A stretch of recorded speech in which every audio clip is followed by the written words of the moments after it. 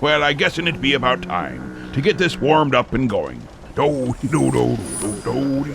Oh, now, how be this get to working again? Press the button. Which no, button? No, not that one. Not this the one. left. That one. No, your other left. This other one. Oh, Which one are you talking about? I meant the right. No, What but not are you- that big red one. The this other way. red button. Not- Just not the big, happy, shiny You one. mean the one I just pushed? Yes, for crying out Oh, loud. You don't right. know what you're doing. I That's know a perfectly well what I'm doing. Not that button. For crying out loud. You just sit here on your patootie. You play Well, with your buttons. I go make coffee. You do that, but don't slam the door. Well, here we be on well, I'm not really thinking what it be. It be our show celebrating Thanksgiving, I guess it would be. Hi, a little discombobulated this our week. We have no one to say goodbye to within the crew. For that, I am thankful. To know that Babushka will be making the Thanksgiving feast, well, I can't truly say I'm thankful for. Thankful that I have family, not thankful for that feast. Holy moly. But remember, we've got plenty coming our way. We got the witching hour. We got the final 40. We've got, you guessed it, Thanksgiving spectacularity. And with that, we also are going to throw in a little bit of hunting stuff for the first day of deer season for some of us. Be right after Thanksgiving. And some of it starts before Thanksgiving, but the hunting season be upon us. And we also have that thing called football. I don't be knowing why people are fascinated with throwing chunks of dead animal inflated with hair up.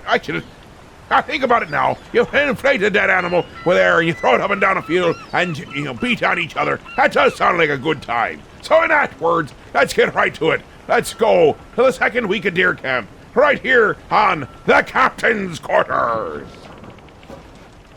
Hey, there goes one. Hey, you shot my cow.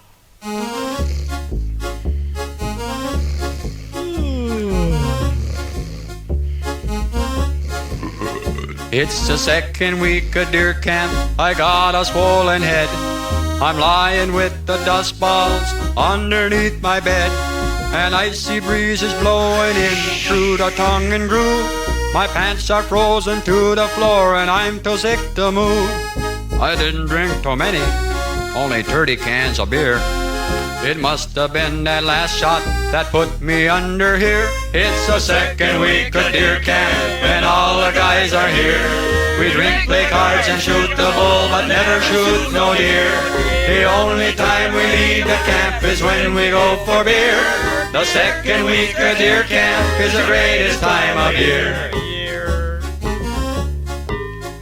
I remember playing poker, that weasel must have won. He's wearing mine with swampers and sleeping with my gun. He's snoring like a chainsaw, the camp smells like a dump. And someone's dirty underwear is hanging on the pump. Buck goes in the wood box, Wiener's passed out on the stove. His flannel shirt is smoking, I wonder if he knows. It's the second week of deer camp and all the guys are here.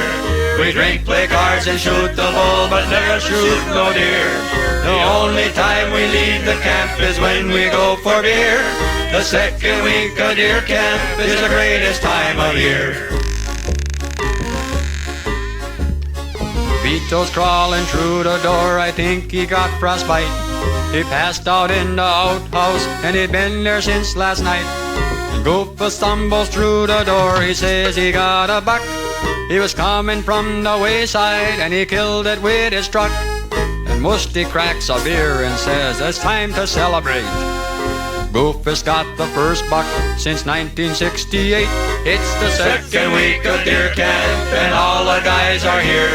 We drink, play cards and shoot the bull, but never shoot no deer. The only time we leave the camp is when we go for beer. The second week of deer camp is the greatest time of year. It's the second week of deer camp and all the guys are here. We drink, play cards and shoot the bull, but never shoot no deer. The only time we leave the camp is when we go for beer. The second week of deer camp is the greatest time. Needless to say, the luncheon there under the trees was a great success, and a good time was had by Puritans and Indian alike. Everything came off beautifully, with the exception of one minor catastrophe. What do you mean you cooked the turkey, Charlie? Well, I cooked the turkey, that's all. You put our national bird in the oven, is that correct? Yeah, well, And all of us had our mouths set for roast eagle with all the trimmings. Yeah, well, You did a thing like that? Well, the two birds were lying there side by side. The turkey was for the centerpiece, Charlie. I mean... Well, they look so much alike that we blew it now. They're all sitting down at the table out there. Yeah. Started on their little nut cups already. We just have to switch the birds, that's all. Yeah, well... Serve them turkey instead of eagle. But it's kind of scrawny looking, isn't it? Yeah, well, I thought I'd stuff some old bread in it and make it look a little fatter. You do that, okay? Okay.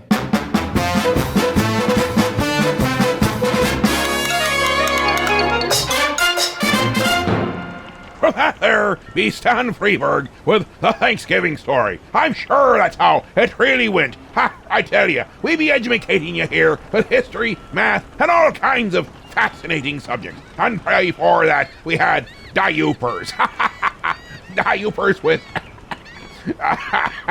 Sorry, I'm laughing me own jokes.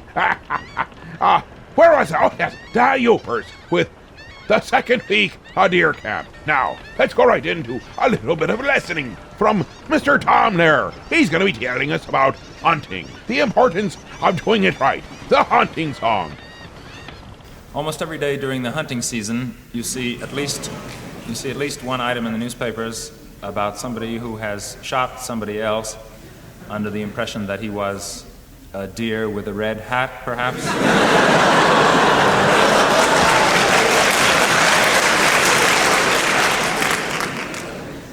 Maybe a large, flesh-colored squirrel.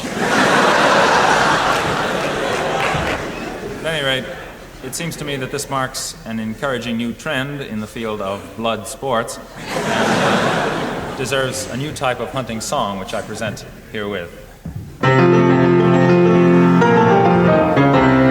I always will remember 'twas a year ago November I went out to hunt some deer on a morning bright and clear. I went and shot the maximum the game laws would allow. 2 game wardens, 7 hunters, and a cow.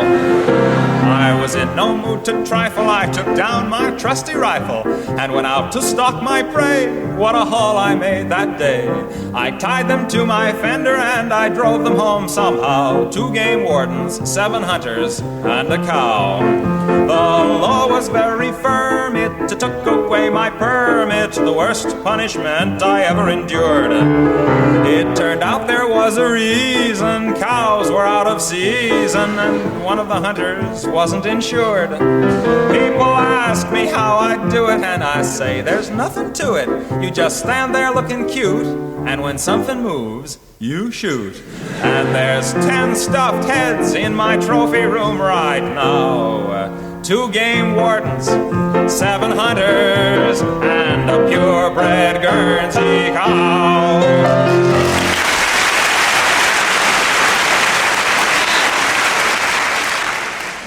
They want to hear the Thanksgiving song.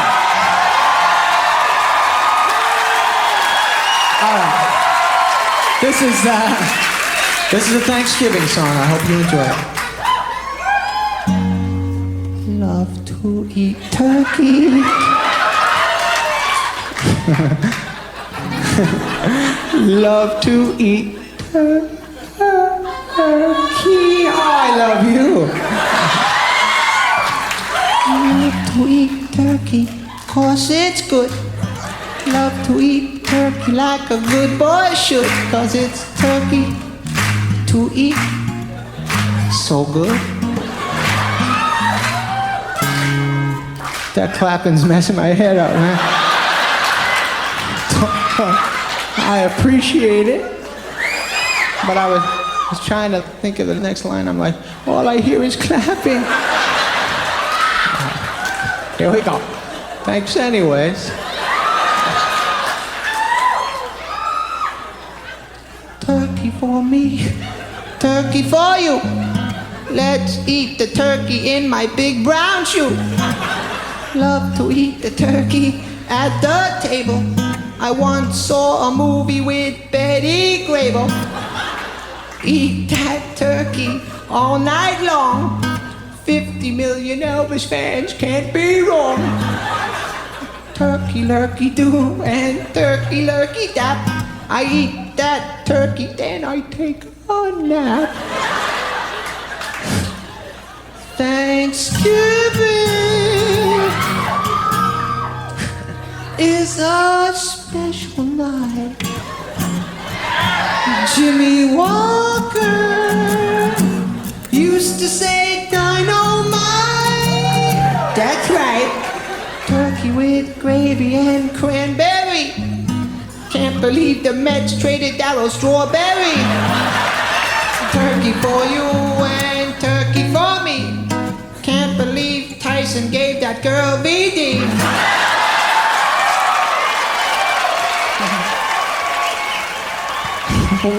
White meat, dark meat, you just can't lose. I fell off my moped and I got a bruise. Turkey in the oven and the buns in the toaster. I'll never take down my Cheryl Teagues poster.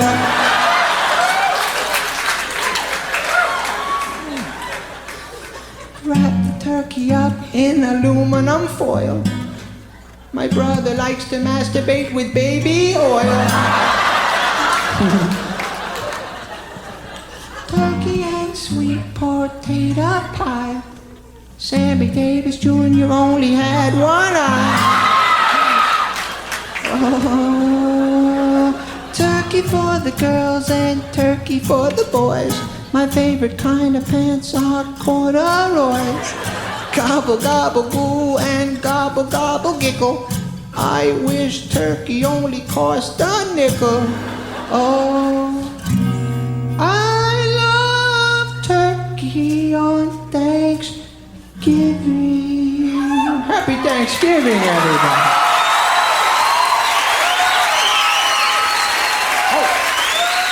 Thank you. And what Thanksgiving would be complete without Adam Sandler's Thanksgiving song? I know. There be somebody that be tired of listening to that and want him strung to the high arm, but it must admit, it wouldn't be quite the same without it. Now, let us stray right on into strange waters with Jonathan Winters with the Deer Hunters. Many years ago, I used to do a little hunting. Not big stuff, but in Ohio, we used to hunt just rabbit, pheasant, and some deer. I was sitting in a dentist office the other day. I just didn't have anything to do. I didn't have to go in and have my teeth fixed. I just went in and sit down, and I knew there were some magazines there. And I do, strange things every once in a while. So I went in, sat down, and some guy was, I said, I bet your tooth hurts. Which is a wrong thing to do to a guy, I said, listen, maybe we can hear a scream, Ow! But anyway, I was leafing through some magazines and Sports Afield, Sports Illustrated, and magazines like that, and came across some pictures of guys with their kill, of deer, $4 or $5. And I thought I'd give you a typical opening day deer season. Can be any place where there are deer. And 5 or 6 guys, and it's just not quite dawn. And I think the conversation might go something like this. Ed, listen, do me a favor. Now listen to me. This year, doggone it, we're gonna get a deer. Last year, we just fooled around in the cottage and got sauced. And we didn't accomplish anything for a week. Let's get a deer, huh? It's no fun coming back with a half a bear and, some dead trout or something. Let's get a deer this year. Come on. And I want you to stay on that spot. You promise? I can't. All right, well, just stay there. Chick. Oh, gee. Joe, you shot Chick already. We haven't been out 15 minutes. I'm sorry, Chick. Chick's dead. Put him on the bumper.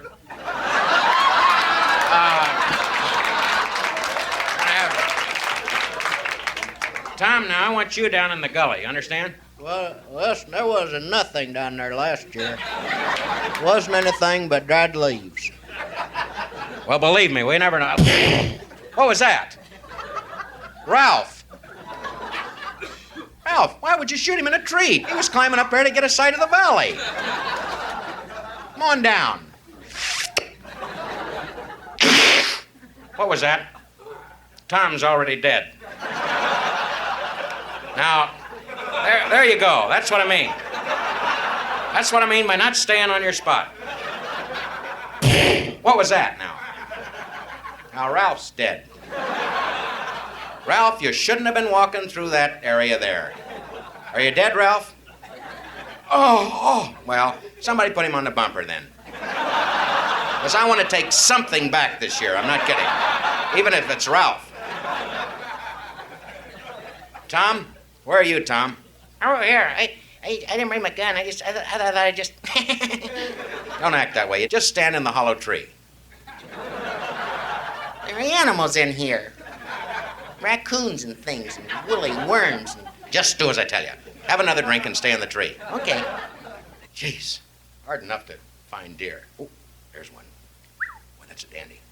Just work my sights here. Geez, that rascal's standing still. Where's my gun? That shell in there. Just that. Give it to him. Jeez, it ricocheted and hit me in the chest. Holy jeez. It was a cast iron deer.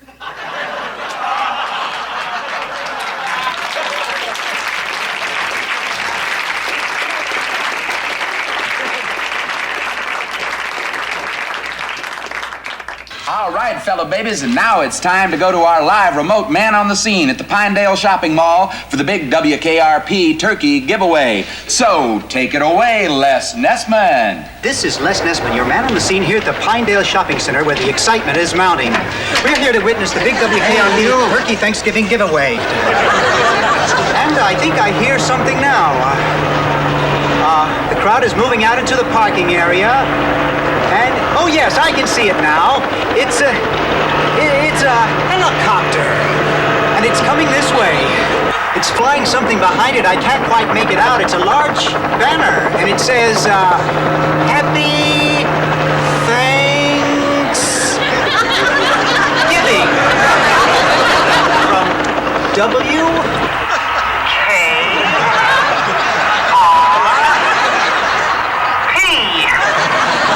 ladies and gentlemen, what a sight.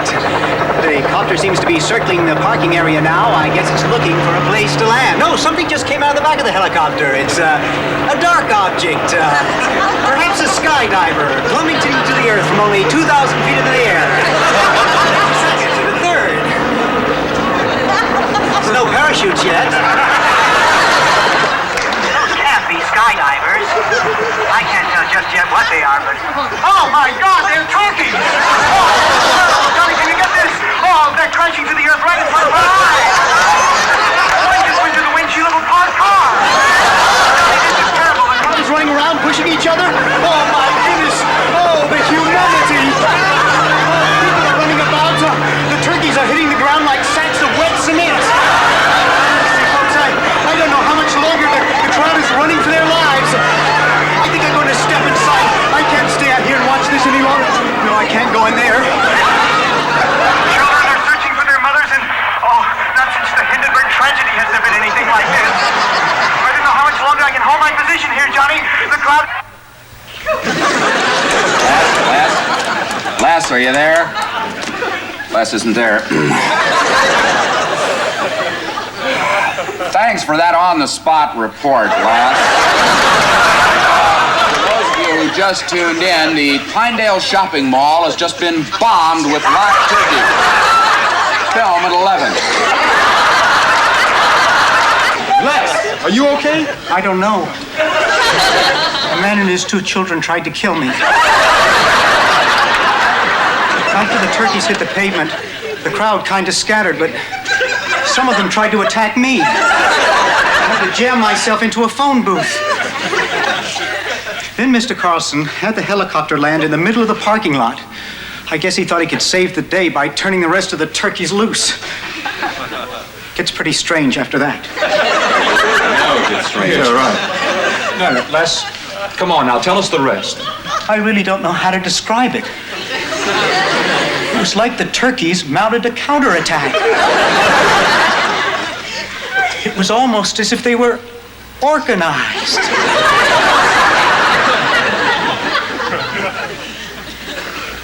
As God is my witness, I thought turkeys could fly. Herbie, the almighty WKRP turkey drop. A Thanksgiving wouldn't be quite the same without hearing it at least once or 5 times. Either way, it'd be a truly awesome experience about what less Nesman be a scene. Now, we be going to commercial, but when we return, we be listening to Alice's Restaurant's 50th anniversary of Alice's Restaurant Massacre. Everybody needs energy-packed Sunbeam bread. Yes, it's all aboard for fun in the park, but Junior hasn't got energy enough for fun. He'd sure like to ride that horse. Hey, what's this? An energy-packed Sunbeam sandwich. You bet every delicious slice of Sunbeam bread sure does pack a big energy wallop. There's nothing like Sunbeam energy to help you stay on the beam. Now, look at them go! On Sunbeam Energy, they sure do enjoy life. Everybody needs the kind of real zip and zing pep that delicious Sunbeam bread gives you. Yes, stay on the beam with energy-packed Sunbeam bread. All day long, eat Sunbeam bread and renew energy as you burn it up. Eat delicious Sunbeam bread. Hi, my name is Alfred Sneasley, and when I go to Heroes Comic Shop on 14th Street in Elmira Heights, New York, I'm always greeted with a big smile from Jared. Hey, Alfred. Hey, how are you today? And his selection of comics and graphic novels, it's just amazing. I mean, it's what I always dreamed I could be. And he always treats me like the hero I am inside. I don't just read about the heroes, I become the hero! At Heroes Comic Shop, I become the hero Mom always wanted me to be! So Heroes Comic Shop is located at 130 West 14th Street in Elmira Heights, New York. We're open Wednesday through Saturday. You can check us out at momthroughout.com. Now up and away!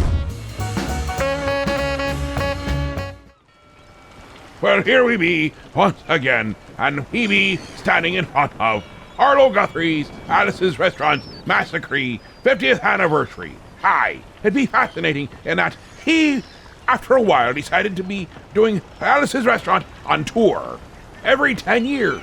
So it was only but a couple of short years ago that he did his 50th anniversary go around. And I was able to be there. And it'd be the last time he does the go around. So, if you're waiting for the 60th, you missed it. Ha! So enjoy the 50th right here, right now, on the Captain's Quarters.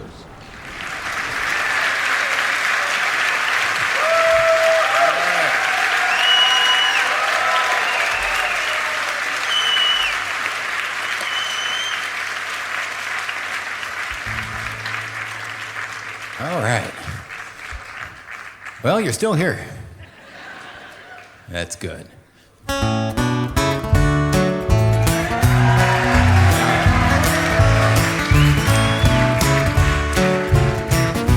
Sounds like some of you heard this before.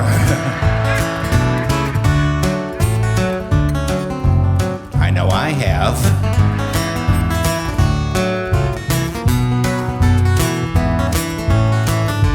That's because this song is called Alice's Restaurant. It's about Alice and the restaurant. But Alice's Restaurant was never the name of the restaurant. That was always just the name of the song. And I guess that's why I still call the song Alice's Restaurant. You can get anything you want at Alice's Restaurant. You can get anything you want at Alice's restaurant. Walk right in, it's around the back, just a half a mile from the railroad track. And you can get anything you want at Alice's restaurant. Well, it all started 50 years ago. 50 Thanksgivings ago, 50 years ago on Thanksgiving, when my friend and I decided to go up and visit Alice at the restaurant. But Alice didn't used to live in the restaurant. She lived in the church nearby the restaurant, in the bell tower, with her husband Ray, Fodger the dog. And living in the bell tower like that, they used to have a lot of room downstairs where the pews used to be. And seeing as how they took out all of the pews and having all that room, they decided that they didn't have to take out their garbage for a long time. We got up there, found the place was filled with garbage, and we decided it'd be a friendly gesture for us to take the garbage down to the town dump.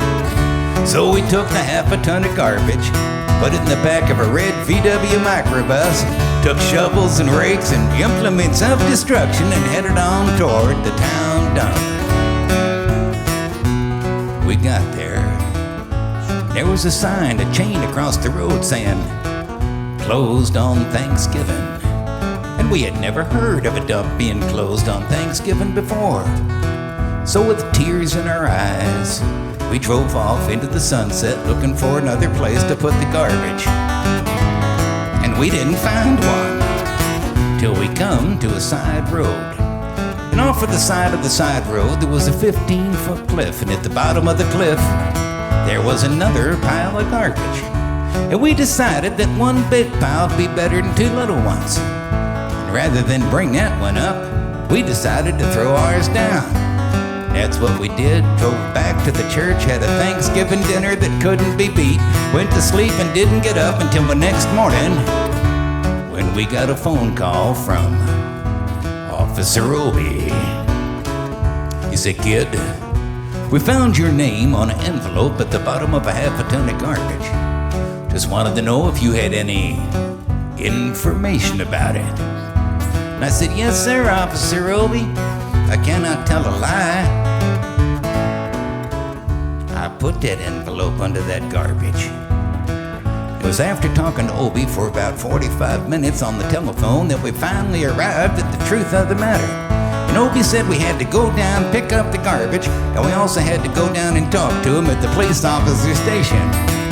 Now, friends, there was only one of two things that Obi could have done at the police officer station, and the first thing was he could have given us a medal for being so brave and honest over the telephone, which wasn't very likely, and we didn't expect it. And of course, the other possibility was that he could have bawled us out and told us never to be seen driving garbage around the vicinity again, which is what we expected. But when we got to the police officer station, there was a third possibility we hadn't counted upon, and we was both immediately arrested, handcuffed. And I said, "Obi, I don't think I can pick up the garbage with these handcuffs on." He said, "Shut up, kid. Get in the back of the patrol car." And we sat in the back of the patrol car and drove to the, quote, "scene of the crime," unquote. Now, friends, I'm going to tell you about the town of Stockbridge, Massachusetts, where this was happening. They got 3 stop signs, 2 police officers, and 1 police car. But when we got to the scene of the crime, there was 5 police officers and 3 police cars, being the biggest crime of the last 50 years, and everybody wanted to get in the newspaper story about it. And they was using up all kinds of cop equipment they had hanging around the police officer station. They was taking plaster tire tracks, footprints, dog-smelling prints. And they took 27 8x10 colored glossy pictures with circles and arrows and a paragraph on the back of each one explaining what each one was to be used as evidence against us. They took pictures of the approach, the getaway, the northwest corner, the southwest corner, and that's not to mention the aerial photography. And It was after the ordeal, we went back to the jail, and Obie said he was gonna put us in the cell. He said, kid, I'm gonna put you in the cell. Give me your wallet and your belt. And I said, Obie, I can understand you wanting my wallet, so I don't have any money to spend in the cell. But what do you want my belt for? He said, kid, we don't want any hangings. And I said, Obie, did you think I was gonna hang myself for littering? Obie said he was making sure, and friends, Obie was, cause he took out the toilet seat so I couldn't hit myself over the head and drown. Took out the toilet paper so I couldn't bend the bars, roll the toilet paper out the window, slide down the roll, having to escape and get away. Obie was making sure, all right. And it was about 4 or 5 hours later that Alice, remember Alice? This is still the song about Alice, and she come by, and with a few nasty words to Obie on the side, she bailed us out of jail. We went back to the church, had another Thanksgiving dinner that couldn't be beat, went to sleep, didn't get up until the next morning, when we all had to go to court. We walked in, sat down. Obie come in with the 27 8x10 colored glossy pictures with the circles and arrows and a paragraph on the back of each one explaining what each one was to be used as evidence against us, and he sat down. A man come in, he said, all rise, and we stood up, and Obie stood up with the 27 8x10 colored glossy pictures, and the judge walked in, sat down with a C&I dog. He sat down. Obie looked at the C&I dog, and then at the 27 8x10 colored glossy pictures, and looked at the C&I dog, and Obie began to cry. Cause Obie come to the realization that this was a typical case of American blind justice. There was no way the judge was gonna look at the 27 8x10 colored glossy picture. Well, it didn't matter, cause we was fined $25 each. We had to pick up the garbage in the snow. Of course, that's not what I come to talk about. Just thought I'd mention it. I thought I'd talk a little bit about the draft. And for those that can't remember, weren't there, back in those days, they used to have a thing called the selective service system, which meant that when you was a guy and you turned 18, you had to register with the selective service so that you could select some kind of service that might be of interest to you. If your choice was none of the above, they would help you by making a selection for you. And to do that, they had buildings all around America, and then one down in New York on Whitehall Street, where you used to have to go in, get injected, inspected, detected, infected, neglected, and selected. I remember I had to go in there one morning a long time ago for my physical examination. So I got good and drunk the night before, cause I wanted to feel my best when I went in that morning. I mean, I wanted to feel like, I wanted to be like the all-American kid. When I went in that morning, I was hung down, I was brung down, I was hung up, I was all kinds of mean, nasty, ugly-looking things, and I walked in, I sat down. They gave me a piece of paper, said, kid, see the psychiatrist at room 604. I went in there. I said, shrink, I want to kill. I want to kill. I want to see blood and gore and guts and veins in my teeth, eat dead bird bodies, I mean kill. And I started jumping up and down, yelling kill, kill. And he started jumping up and down with me. And we was both jumping up and down, yelling kill, kill, kill, kill. Till my sergeant come over, bend the middle on me, sent me down the hall saying, you're our boy. I didn't feel real good about it. But I proceeded on down the hall, going through all kinds of mean, nasty, ugly things. They was inspecting, injecting every single part of me, and they was leaving no parts untouched. But I proceeded through until I finally come to see the very last man. I walked up, I said, what do you want to see me about? He said, kid, we only have one more question. Have you ever been arrested? And I told him the story of the Alice's Restaurant Massacre with 5-part harmony, full orchestration, all kinds of other phenomenon. He stopped me there, he said, "Kid, did you go to court?" And I told him the story of the 27 8x10 colored glossy pictures with the circles and arrows.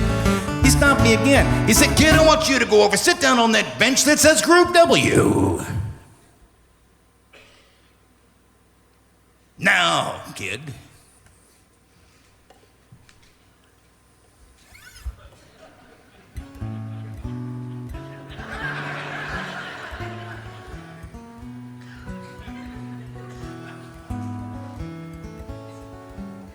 I went over there, Group W. Group W is where they used to put you if you might not have been moral enough to join the army after committing your special crime. There was all kinds of mean, nasty, ugly-looking people on the bench next to me. I mean, there was mother rapers, father stabbers, father rapers. There was father rapers sitting there on the bench next to me. I mean, these was mean, nasty, ugly, horrible crime kind of guys, and the meanest, ugliest, nastiest one, the meanest father raper of them all, was coming over to me, and he sat down next to me and said, "Kid, what'd you get?" I said, "I didn't get nothing. I had to pay $25 and pick up the garbage." He said, "Kid, what was you arrested for?" I said, "Littering."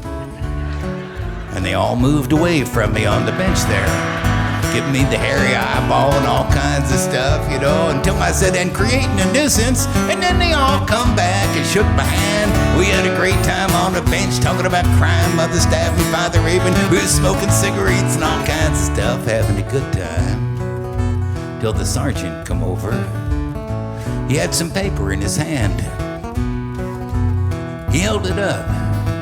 He went like this. He said, "Kids, these people have got 47 words, 37 sentences. One more time, the crime details, the crime you gotta say, pretend tune about the crime. The rest of the officer's name kind of thing gotta say." And he talked for 45 minutes.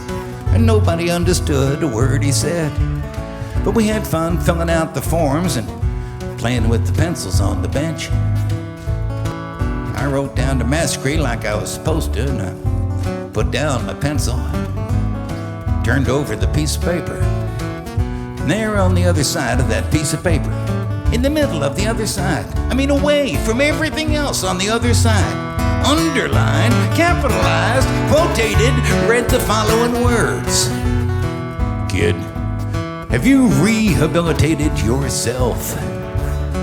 I went over to the sergeant. I said, "Sergeant, you got a lot of gall to ask me if I rehabilitated myself.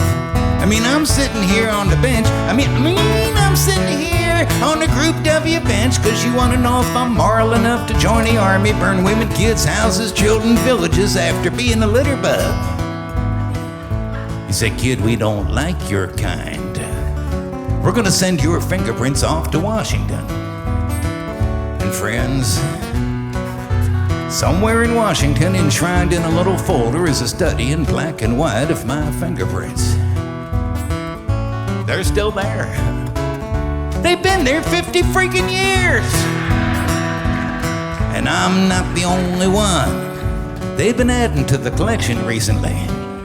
And so the only reason I'm singing you the song tonight is because you may know somebody in a similar collection. Even some of you could be in a collection like that. And if you ever find yourself in a collection like that, you don't know what to do, there may be only one thing. Well, actually, there may not be anything you can do, but there's something you can try. And that's to be wherever it is you're supposed to be, just wherever you are. Stop, take a moment, go something like this. You just say, "You can get anything you want at Alice's Restaurant." That's it. Just a couple of bars, Alice's Restaurant, wherever you are. Imagine one person doing that. Probably not worth collecting. But imagine two of them. Maybe two of them trying to get married in Texas or Ohio or something. Or three of them out in Idaho or Utah. I mean, who knows? Or 50, maybe 50,000 people. Maybe thousands of people all over the country, wherever they are, stop whatever they're doing, singing a few bars at Alice's restaurant. It'd be worth collecting then. Not only that, when you get enough people singing along on the song, even the people collecting might join in. And when you get a song worth joining in on, no matter who you are, what side of the aisle you come from, or whatever you're thinking about, it becomes what we used to call a movement. Now, one of these days, somebody's gonna write a song like that. It's not this one. But while we're waiting for that song to get wrote, we can practice on the one we got. It's not all that hard. Some of you know it. So we'll just wait for it to come around on the guitar. Give it a shot.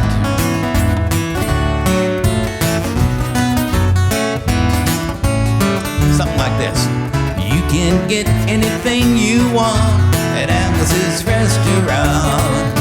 You can get anything you want at Alice's restaurant. Walk right in, it's around the back, just a half a mile from the railroad track. And you can get anything you want at Alice's restaurant. No, that sucked. I mean, I know we're filming and everything, but you want to end war, you want to change the world, you want to do something, you want to be worth collecting, you got to learn to sing loud. So we'll wait for it to come around again. I'm still not proud or tired. Here we go. You can get anything that's better at Alice's restaurant, except in Alice. You can get anything you want at Alice's restaurant. Walk round and it's around the back, just a half a mile from the railroad track. You can get anything you want at Alice's restaurant. Da da da da da da da. At Alice's restaurant.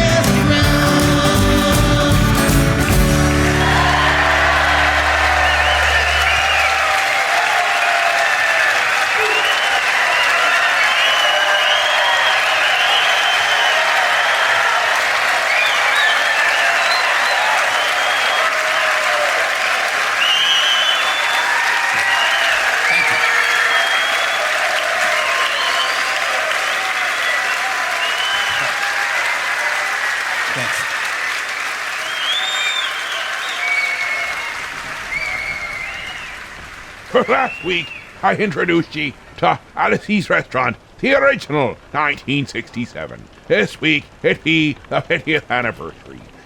It's amazing how you can go 50 years in but one simple blink of an eye they call a week. Now, we break for commercial, and when we come back, we have more stuff, and we've got the Final 40 coming up in the next hour, and we've got our request lines open. So, be calling 323 Heave-Ho. That's 323 Heave-Ho. Or, as some of ye illiterates be calling it, 323-4328-346. Let's try that again. 323-432-8346.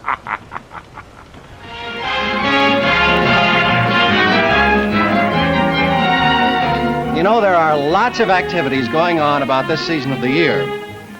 The one you'll find uppermost in the minds of most high school students, especially toward the end of any week, is football. And the night before the big game, there's generally a rally. Now, you don't want to be late, but before you go, remember, you're planning to bring the gang in afterwards. Now you've got the idea. Put plenty of Coke in that refrigerator. Ice-cold Coca-Cola will be a mighty welcome sight when you return. You know, it's a good idea to keep plenty of Coke on ice all the time. Coca-Cola has a distinctive flavor, all its own, a flavor that has never been equaled. Coca-Cola is popular with everyone, which makes it ideal when you're expecting guests. Now, that's true whether it's a casual gathering like this one or a planned party. The bright, bracing flavor of Coke is always welcome. It's a flavor that has made Coca-Cola the most asked-for soft drink in the world. Have a Coke. let's be a stopping into BC's restaurant and see what Mike be a cooking up. But I's brought us some raw squid and salami sandwiches so we could his picnic. Oh, that's nice. But I wanted to treat you to a nice meal. I'll save these for later. Aye, let's be fetching in. Oh, this is nice. Aye, that'd be. And it looks like an old-fashioned diner at that. And looks at this menu. It looks so good. They got the wings, the subs and salads. I think I get a BC big plate. Let's see. It comes with the cheeseburger, the hot dog, the fries, the cheese sauce, the meat sauce, and the coleslaw. Better mix that too. What are you having, my little pumpernickel? I think I'll be having a double dog special. Oh, goody. It'd be a coming with chips and a drink too. Ha ha ha. BC's Restaurant, 238 Oakwood Avenue, Elmira Heights. They have indoor, outdoor, and takeout available. 607-735-2166. And they're open from 11 a.m. to 7 p.m. Monday through Friday. Ha ha ha ha. Well, as I be saying, we began to get requests where ye be setting the course, doing the navigation, setting the sails, and turning the rudder. But that'll be during the final 40. Right now, let's jump right on into Haywood Bank's Thanksgiving.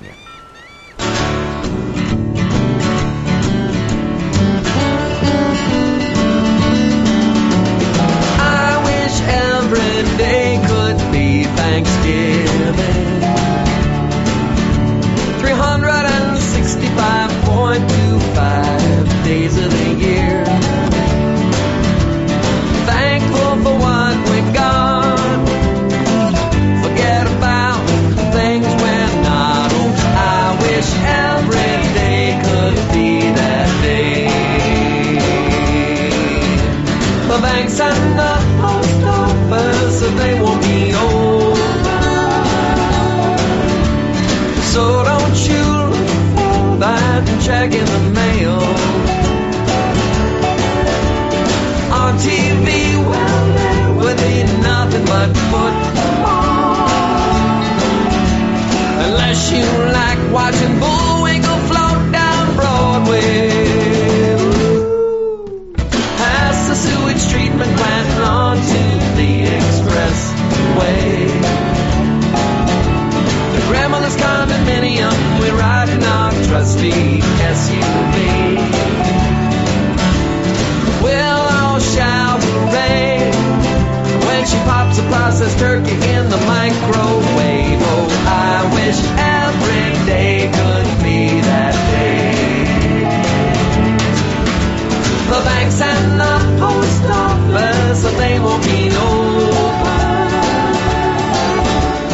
So don't you look for that check in the mail. On TV, well, there would be nothing but football. Unless you like watching Bullwinkle float down Broadway. I wish every day could be Thanksgiving. 365.25 days of the year. Thankful for what we got. Forget about the things we're not. Oh, I wish every day could be that day. Yes, I wish every day could be that day. Yes, I wish every day could be that day.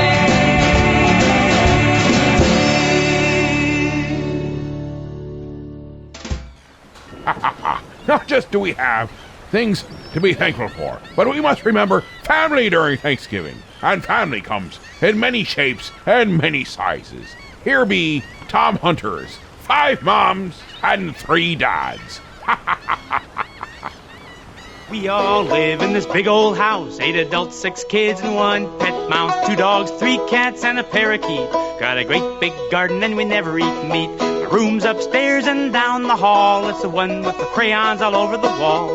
3 other kids share the room with me. We're just one big crazy family. And I I got 5 moms and 3 dads. May sound strange, but it ain't so bad. If you get tired of one, you can go find another. It's a whole lot better than one dad and mother.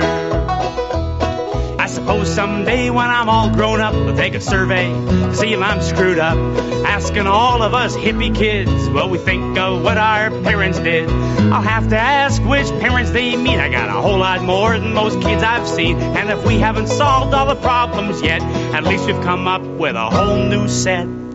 'Cause I've got 5 moms and 3 dads. May sound strange, but it ain't so bad. If you get tired of one, you can go find another. It's a whole lot better than one dad and mother.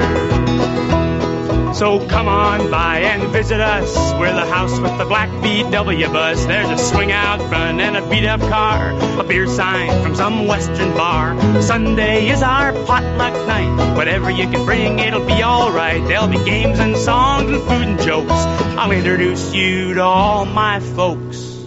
'Cause I've got 5 moms and 3 dads. It may sound strange, but it ain't so bad. If you get tired of one, you can go find another. It's a whole lot better than one dad and mother. I think I'm getting more open-minded, Spirit. I might have liked living with a family like that. Glad we're making progress. Let's see if these other glasses open your straight and narrow mind a bit more. Now I see a short man. Then we get into sports. Stay in there, my coach would say. Stay in there on that football field. When that man comes at you, don't run away from him. Hit him.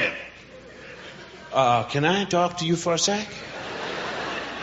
What's the matter with you, Cosby? See, I happen to be a rational person, I think.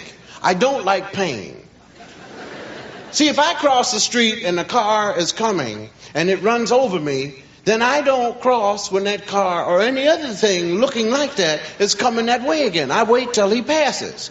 That is what life is all about. If you eat some shrimp and you later your face blows up, you don't eat those shrimp again. You learn that in life. But football asks you that if you get run over by 11 men, get up and let them do that again. Or else take a lap.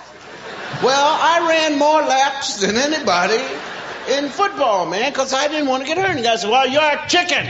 No, I make a lot of sense. See, coaches don't have to play anymore. They have a piece of chalk, see? And they go up and they draw circles and X's. And they say, now look, here it is. It's very simple. All you do is you block this man this way, and you block this guy that way, and you block this man this way, and you block over here, and you just cut on up and go for the TD. With a piece of chalk, this man is blocking all kinds of people. But I got news for him. Out on the field, the man I'm supposed to knock down weighs 247 pounds. And is 6'8", I weigh 170. I'm 5'11". This man is having fun with me.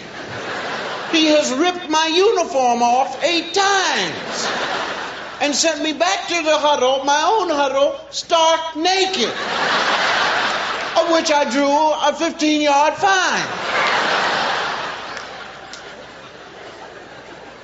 Now, our relationship has gotten so that now when I come out of the huddle, he doesn't hurt me anymore because I tell him who's going to get the ball.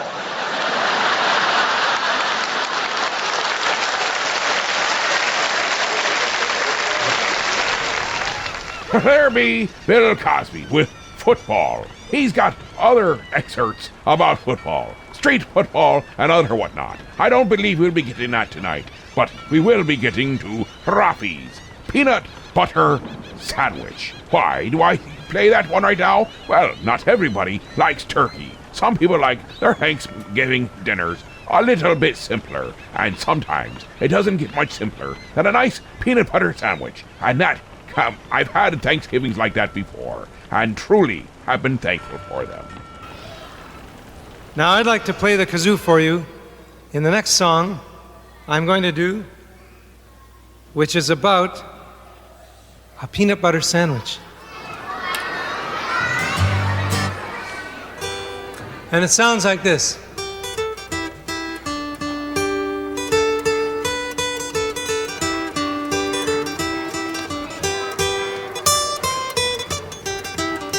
A peanut butter sandwich made with jam. One for me and one for David Amram. A peanut butter sandwich made with jam. Stick, stick, stick, stick, stick. I can think of which is good and bad, but the best which that I've ever had was a peanut butter sandwich made with jam. Yum, yum, yum, yum, yum. Here comes that kazoo.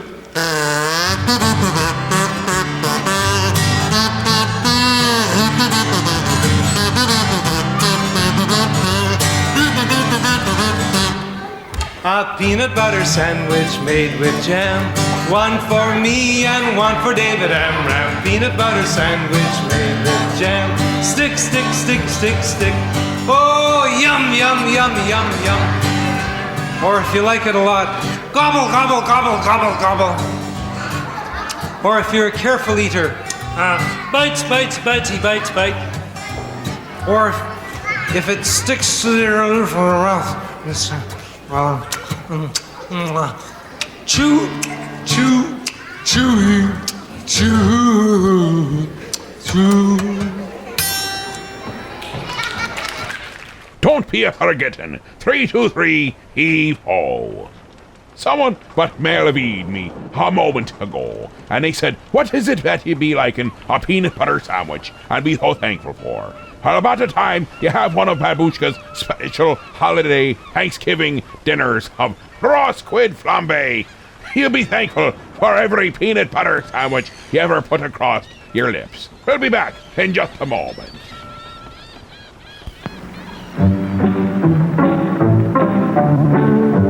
"50 to 60 years ago, people were introduced to peanut butter for the first time.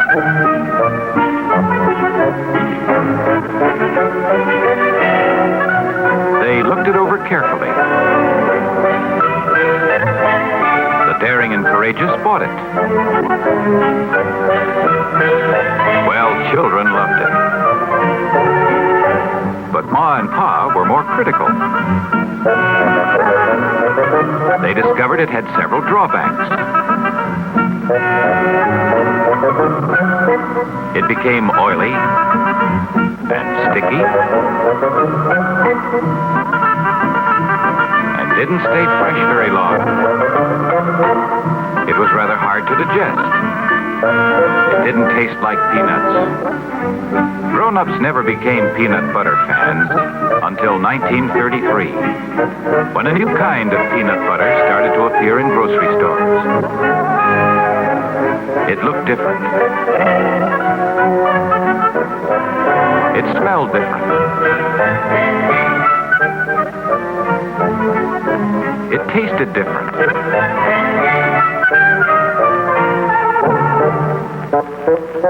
It had practically nothing in common with the old-style product.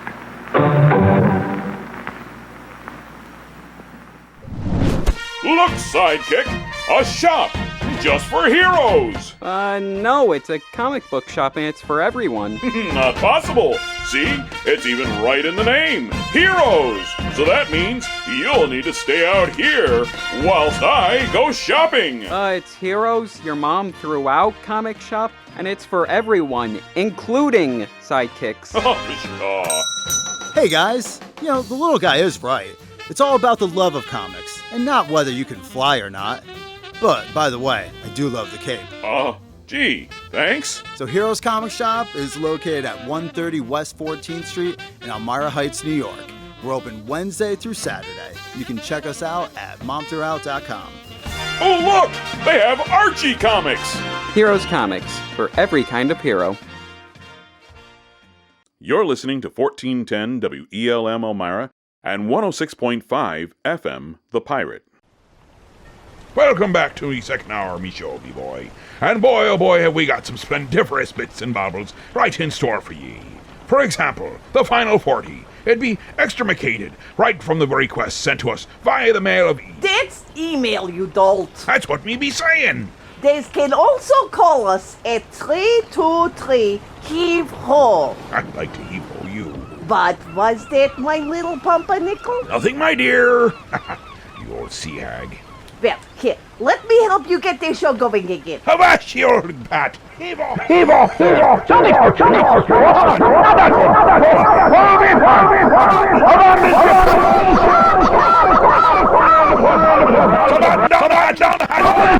doomed! Oh, that's better. See? I made it so better. I'm going to see about that dinner and work on my suntan. Me's not even hungry, and it's be night time out, you crazy old bat. And don't slam the door. Well, here we are at our second tower. Well, our not Halloween spectacularity, it'd be our Thanksgiving spectacularity. We are talking about Thanksgiving. We be talking about family. We be talking about football, for that be one of the things that be so well loved here on Thanksgiving. Also, talking about deer hunting and hunting in general. So, or hunting generals, and whatever it may be. So all these things we need to remember to be thankful for. There'll be another thing we be talking about. Being thankful in general. Or thankful for generals, or hunting generals that we be thankful for. Either way, let's get right into it. With an oldie but a goodie. With Roy Clark's Thank God for Greyhound. It includes family and being thankful. And I think there's some food in there somewhere.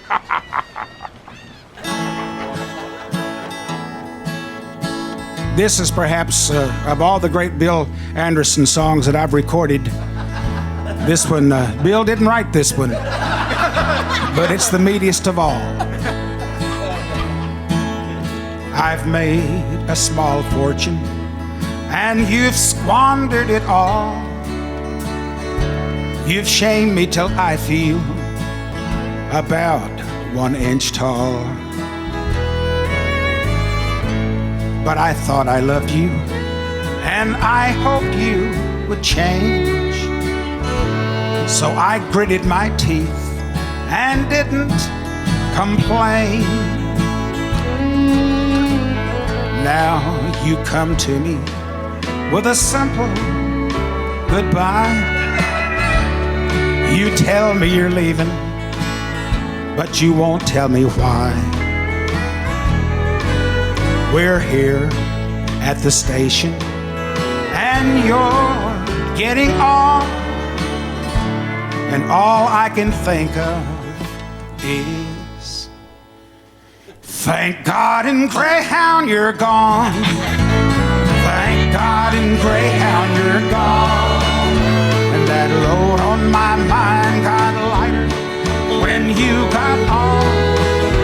That shiny old bus is a beautiful sight, with the black smoke rolling up around the tail lights. It may sound kind of cruel, but I've been silent too long. Thank God in Greyhound you're gone. One more time. Thank God in Greyhound you're gone.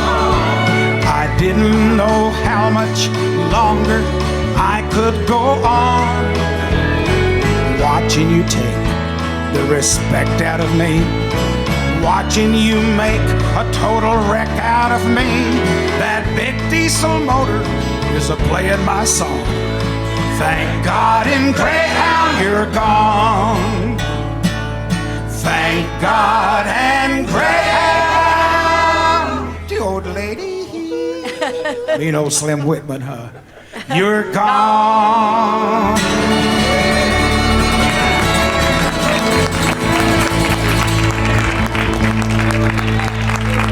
There's not a dry eye in the house. Thank God, Thanksgiving only comes once a year. Suddenly my family's entirely too near, and everyone's remarried since the last time they were here. Thank God, Thanksgiving only comes once a year. Here comes Uncle Junior with his brand new wife. I'm not sure how we're related currently. I think she's my second cousin on my stepmother's side. I better go ask Mama about the family tree. Well, Mama's making name tags on the front porch, 'cause our lineage keeps getting rearranged. We keep it all in the family just as soon as we get divorced. Makes it so hard to remember everybody's name. Thank God, Thanksgiving only comes once a year. Seems to me our family tree's more like a family sphere. How are we related? We have no idea. Thank God, Thanksgiving only comes once a year. Granny's new boyfriend, now there's a piece of work. He's Junior's stepson by his first wife. It's gross to watch him flirt. My sister's brand new husband used to be my cousin Scott, out on bail from the county jail long enough to tie the knot. Thank God, Thanksgiving only comes once a year, when it's time to see the family that I avoid all year. It's like filling up a trailer with 3 dozen Britney Spears. Thank God, Thanksgiving only comes once a year. Let's take one more lap around the old gene pool. We put all kinds of fun in dysfunctional. Somehow Grandpa got taller and younger and skinnier, 'cause our hallowed family line is anything but linear. Hey, Charles Darwin called. He said, thank God, Thanksgiving only comes once a year. Now I lay me down to sleep and I pray, please disappear. Junior's in the next room struggling with his ex-wife's stepmom's sister-in-law's brassiere. Thank God, Thanksgiving only comes once a year. 'Cause Mama don't allow no evoluting round here. No, Mama don't allow no evoluting round here. Well, Mama don't allow no evoluting. She says it's too dang highfalutin. Mama don't allow no evoluting round here. Herbie, Steve Goodies. Thank God, Thanksgiving only comes but once a year. Oh, if you're worried about what you be doing for Thanksgiving, you can always be tuning into our Book of Face, the group or the page. We've got links there, all the way back over to the Tube of You, where we have got upwards of 3 months worth of the captain's quarters. That means you can spend an entire day with a captain, which means you could either get the whole family laughing and giggling, or you could ignore them altogether by just listening to us. Now, let's go right back to National Lampoon's Terminal Football.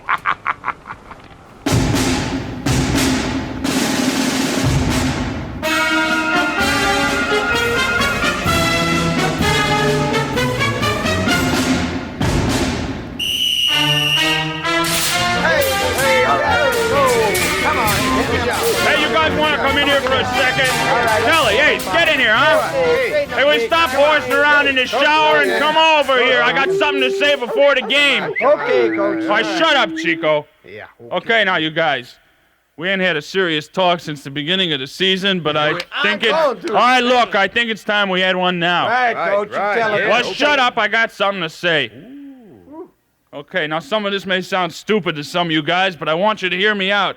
Probably gonna sound stupid. Right. Now look, you know, different people think about life in different ways. Lawyers think life is a big courtroom. Doctors probably think life is like a big operation. Bus drivers think life is a big bus, I guess. Who knows what the hell those guys think. You're right, Coach. Right. Yeah. Anyway, I always thought of life as a big football game. So what's the point, Coach? Yeah. The point is this, Schnabel. There are winners and losers in the game. Oh, I didn't know that. Damn it, I asked you to listen, and by God, you're going to listen to what I got to say. Now, that's right. Winners and losers. But there's some guys who don't even get to finish the game. Maybe the coach takes them out, or maybe they injured. They don't even stay in the game long enough to feel like they won or lost. Now, come on, what you talking about, Coach? I'm talking about this, Stretch. There's a big coach somewhere in the universe, and he's about to cut the team. What? What? What do you mean? What are you talking about? I mean, Stefanski, you got leukoplegia. What? What's that? It's a rare form of lung cancer. The doc says you might not last this season. Oh, breaks, Steph. Oh, man, I'm sorry, really. Oh, really? Oh, I suppose that one of us ought to say something, Coach, and ask defensive captain. Wait, that's not all. Luciano has Huntington's chorea. What? They're taking you to the hospital at halftime, Lucky. No. Yeah, I'm sorry. Coach, listen, I'd like Hold to it, there's more. Schaefer and Collins, you two have sickle cell anemia, highly advanced. What? I don't want to die. I want those cells. I want to play blue ball. Townsend, Carlson, and McNulty, spinal meningitis. Harrison, Hawkins, and Sanchez, nephrosis. Hooker, Perez, Cavello, Pickett, and Friedman, you got encephalitis. Murray, Maluzzi, Boyle, Ryan, O'Flaherty, muscular dystrophy.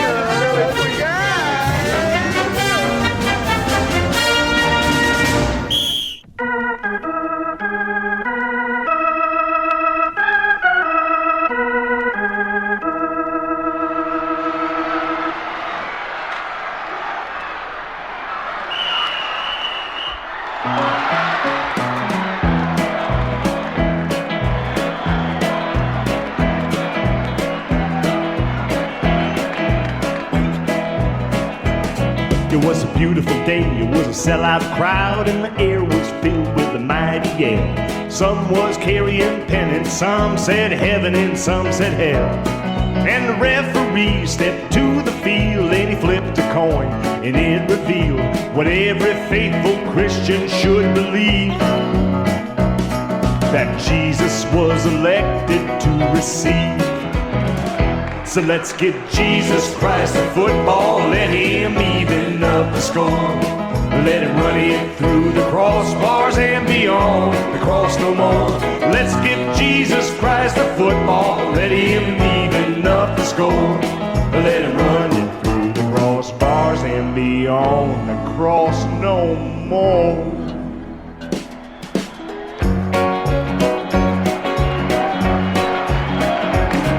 Well, Satan, he used an onside kick. Thank God that Matthew was thinking quick. He took that ball from Satan. It was Christian's first and 10.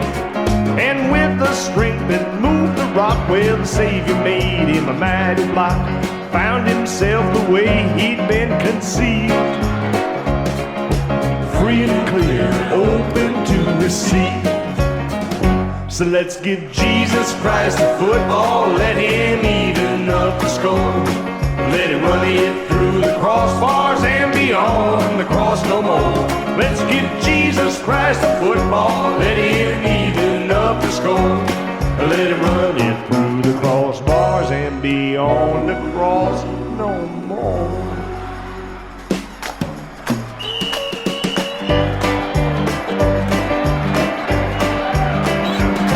Well, Jesus took that ball and ran a straighter path than any man. He had to win that game for both his dad and all mankind. But Satan sent his finest men. He said, forget the rule, just defend. It isn't how we play, we got to win. But JC left them standing in their sin. So let's give Jesus Christ a football, let him even up the score. Let him run it through the crossbars and beyond the cross no more. Let's give Jesus Christ a football, yes, and even up the score. Let him run it through the crossbars, half of which he's seen before.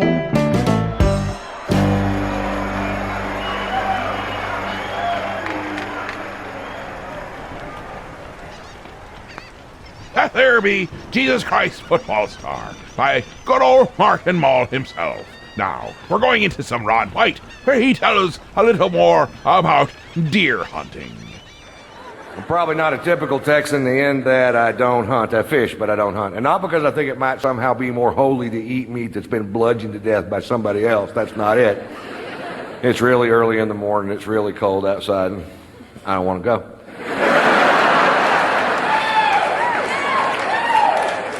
My cousin Ray, on the other hand, thinks killing a deer with a deer rifle is magic in the forest, and I'd like to do for you now my impression of my cousin Ray after the big kill. Well, it was 4 in the morning, 22 degrees outside. Of course, you weren't there. Pussy. I'm in a camouflage deer blind with grease paint on my face. I've got deer urine on my boots. I'm not sure why. I made that part up. I got a 30-06 with a 12-power scope and a bullet that'll travel 2,200 feet per second. When that deer looked up to lick the salt sucker I'd hung from the danged old tree, caught him right above the eye. Yeah, well, I hit one with a van.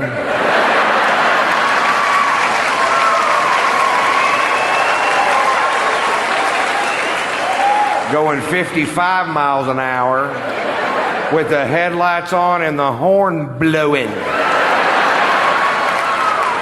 Woo, that's an elusive little creature.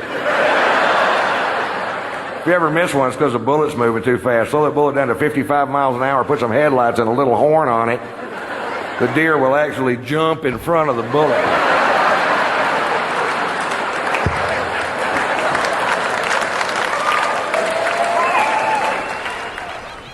Hi, the complexities of deer hunting truly are amazing. It's easier when you just use a cannon with a little bit of grape shot and you take out everything that be in front of ye. Of course, you don't see many deer out here to see, but you know these things that you should be, well, just fire when ready. Let's go to commercial. We'll be right back with the final 40. Daddy, tell us the story of how you first met Mommy. Yeah, Dad, tell us. Go ahead, George. Well, okay. There I was, a young man, just starting out. Had my own store. Did you stop the ladies from squeezing Charmin? Oh, you betcha. They tried. Charmin bathroom tissue so squeezably soft. It's irresistible. So rich and fluffy, Charmin's a pleasure to squeeze. Soft fragrance, too. But I'd catch him and say, ladies, please don't squeeze the Charmin. Then one day, I saw your mother squeezing Charmin. I was about to say, please don't squeeze the Charmin, when I took one look at her and fell in love.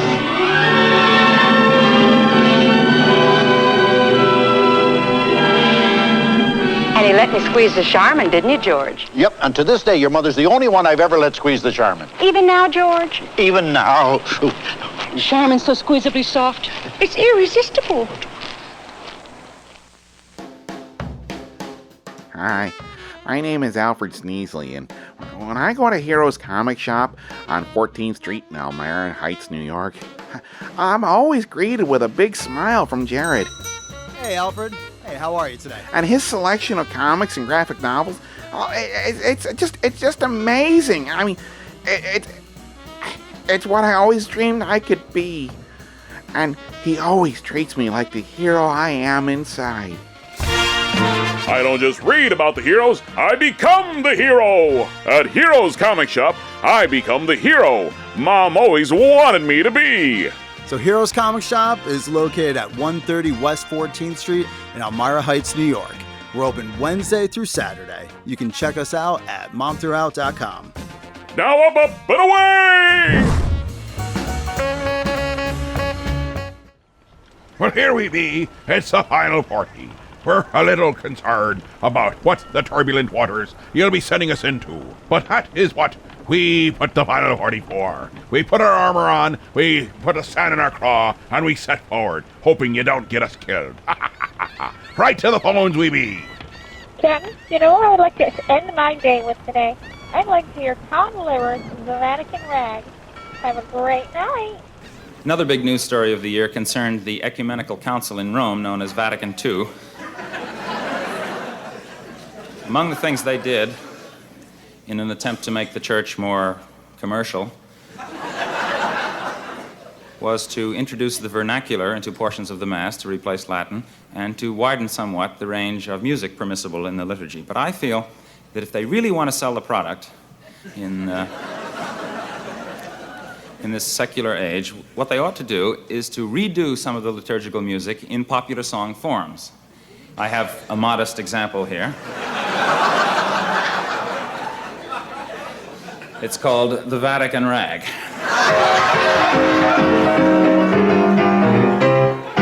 First you get down on your knees, fiddle with your rosaries, bow your head with great respect and genuflect, genuflect, genuflect.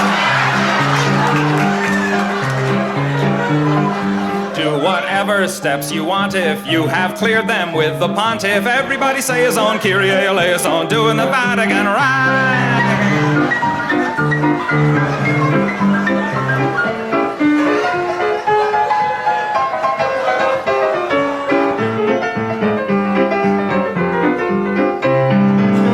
In line in that processional, step into that small confessional. They're the guy who's got religion'll tell you if your sin's original. If it is, try playing it safer. Drink the wine and chew the wafer. 2, 4, 6, 8.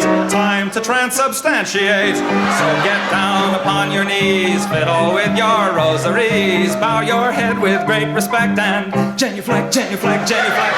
Make a cross on your abdomen. When in Rome, do like a Roman. Ave Maria, gee, it's good to see you. Getting ecstatic and sort of dramatic and doing the Vatican right.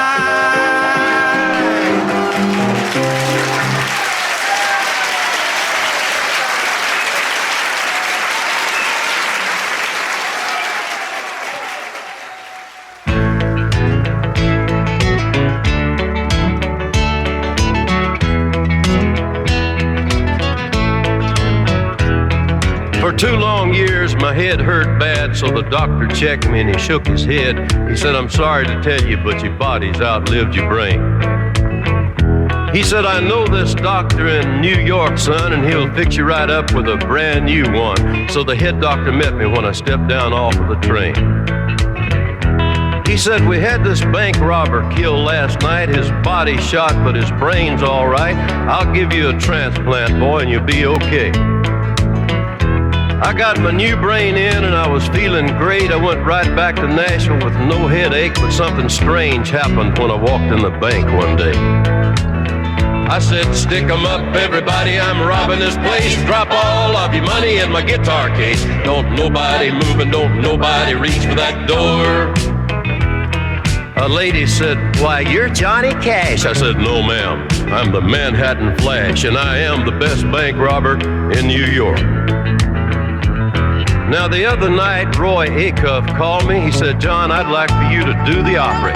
So I went out on the stage, but I couldn't sing. I got into half a verse if I walked the line, and something snapped in this head of mine. I yelled, stick 'em up, give me your money, your watches and rings. Well, I called New York and talked to that brain quack. I said, Doc, I've got to have my old brain back. He said, I'm sorry there, Mr. Cash, but I can't do that. He said, I put your brain in a chicken last Monday. He's singing your songs and making lots of money. And I got him signed to a 10-year recording contract.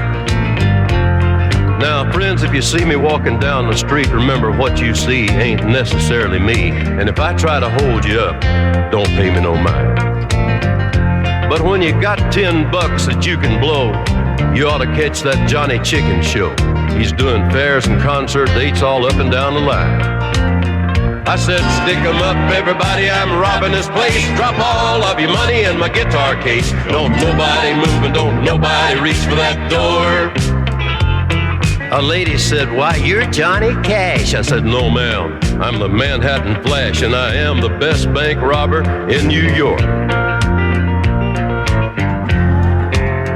Well, I don't pay any income tax. You don't pay tax on money you steal. You ought to catch that Johnny Chicken show. Chicken in Black.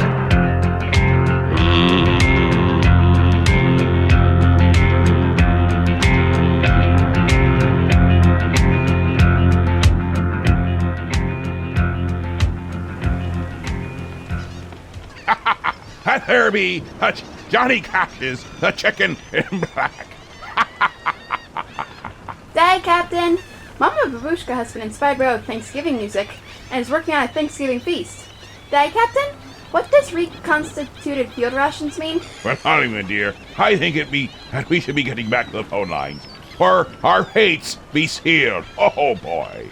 Lenny Bruce now with blah, blah, blah. The bust. What I got arrested for in San Francisco. San Francisco, I got arrested for, what did I think? We can hear that, Daddy. I'm not going to repeat the word because I want to finish the gig here tonight. It's, they said it was is vernacular for a favorite homosexual practice, a 10-letter word. It's really chic. That's 2 4-letter words and a preposition. I can't, I wish I could tell you the word. It starts with a C. Well, you know what the word is. Now, it's weird how they manifested that word as homosexual, because I don't. That relates to any contemporary chick I know, or would know, or would love, or would marry, you know. And,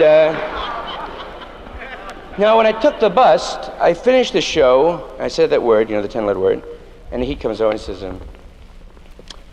Lenny, my name is Sergeant blah, blah. You know the word you said? I said a lot of words that time. Well, that word, oh, yeah. Well, Lenny, that's against the law, I'm going to take it down. Okay, that's cool. It's against the law to say it and to do it. Well, I didn't do it, man, I know, but I just had to tell you that all the time. Okay, all right. Now, we're getting in the way again. And the one heat is cool, because he said you broke the law and specifically this thing. Now, the other guy, look, I got a wife and kid. I don't want to hear that crap at all, man. I don't want to get involved emotionally with this. What do you mean you want to hear that crap? Did your wife ever do that to you? Bam, then it got very sticky. No. You ever say the word no? Never said, honest to God, never said the word never. How long you married? 18 years. You ever chip it on your wife? Never. Never one time in 18 years you chip it on your lady? Never one time. Then I love you. Because you're a spiritual guy, but if you're lying, you'll spend some dead time in purgatory. Now, we really got into it. Okay, now, getting to court, take the same bus. The judge, Aaron Avramitz, a red-headed junkyard Jew, a real verbissiner with thick fingers and a homemade glass eye. Tougho, right? He comes in, blah, blah, so, swear the heat in. What do you say? Your Honor, he said blah, blah, blah. The judge, he said blah, blah, blah. Then the guy really yanked it up. That's right. I didn't believe it. There was a guy up on the stage in front of women in a mixed audience saying blah, blah, blah. The judge, well, this I never heard, blah, blah, blah. Said blah, blah, blah. He said blah, blah, blah. I'm not going to lie to you. It's in the minutes. I'm not going to lie to you. All right. The DA. The guy said blah, blah, blah. Look at him. He's smug. He's not going to repent. Then I dug something. They sort of like saying blah, blah, blah. Because they said it a few extra times. Oh, look, do me a favor, too, because just this is very self-indulgent, but never applaud, because it really breaks my pace, and I hate it, because I don't know what to do. I can't smile like when I'm in the door. Unless you do something funny, and that's not, so I don't do it anymore. Now, they got so involved, I see blah, blah, blah. The bailiff is yelling, what do you say? Shut up, you blah, blah, blah. They were yelling in other courts. What do you say? Blah, blah, blah. God damn, it's good to say blah, blah, blah. That blah, blah, blah. That blah, blah, blah. That blah, blah, blah. That blah, blah. This is ponderous, man. Really ponderous.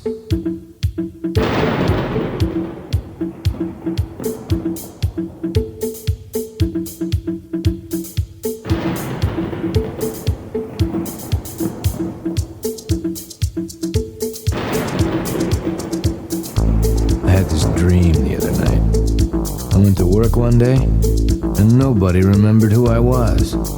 So, I decided to take the day off.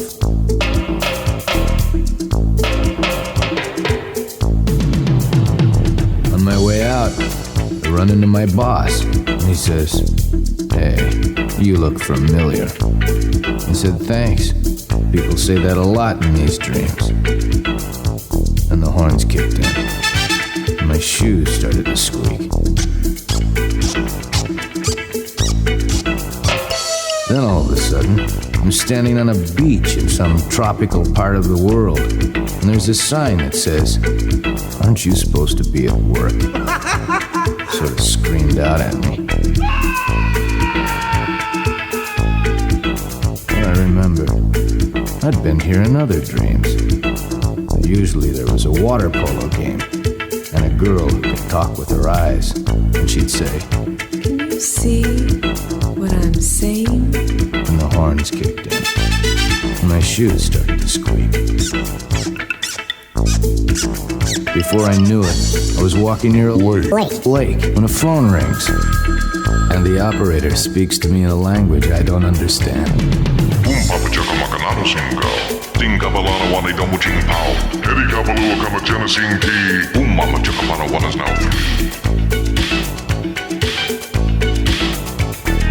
Then the horns kicked in. My shoes started to squeak. Before long, I was coming up on this really weird part of my dream. You know, part where I know how to tap dance, but I can only do it while wearing golf shoes. Now I'm back on the beach, walking with this girl who talks with her eyes. This time she says, I think you see what I'm saying. Then, just before I woke up, it started to rain in Southern California. Papachaka makanano singkau, singka balala wanay damuching pao. Hedi kapalua kamachana singti, mama chaka panawan is now 3.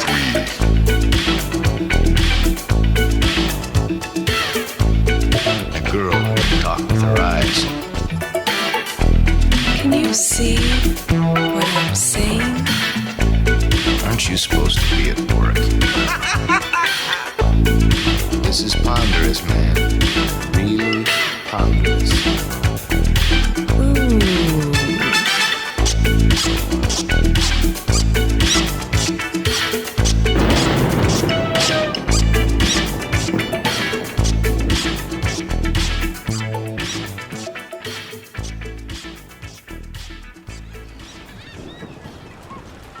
Aye, that there be 2NU with truly ponderous. Now, let us keep going right back to the phones, grab some requests, and keep on going before a Thanksgiving feast comes our way. We may not make it another day. Hello. I would like to hear She's Got Morty Feldman Eyes. Thank you.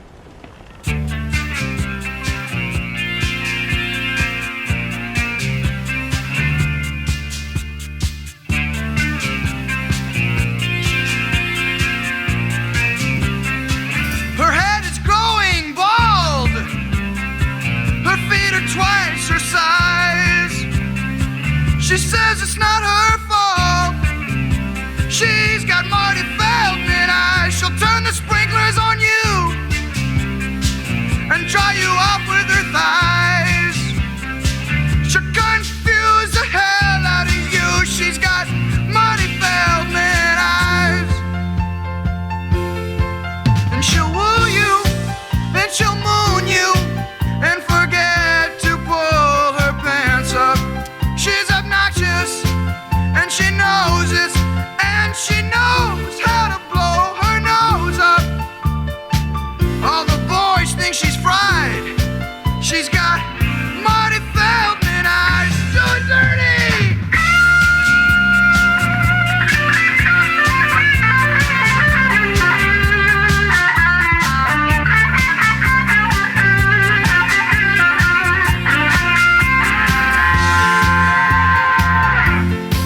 She's ferocious, narcoleptic, ambidextrous, supercalifragilistic, expialidocious, bulbous, vegematic.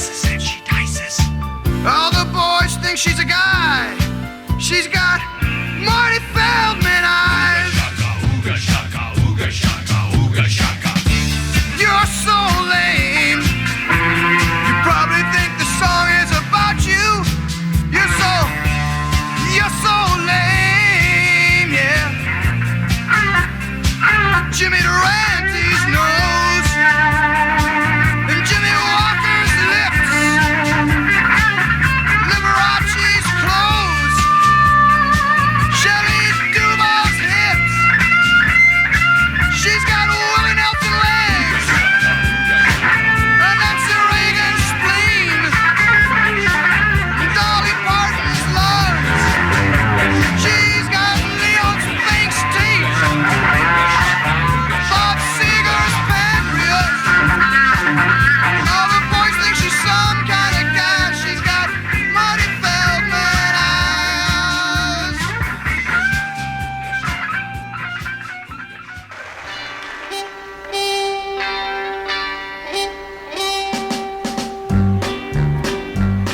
With a hey, 90 and a high ho ho, he'd jump on his horse and away he'd go.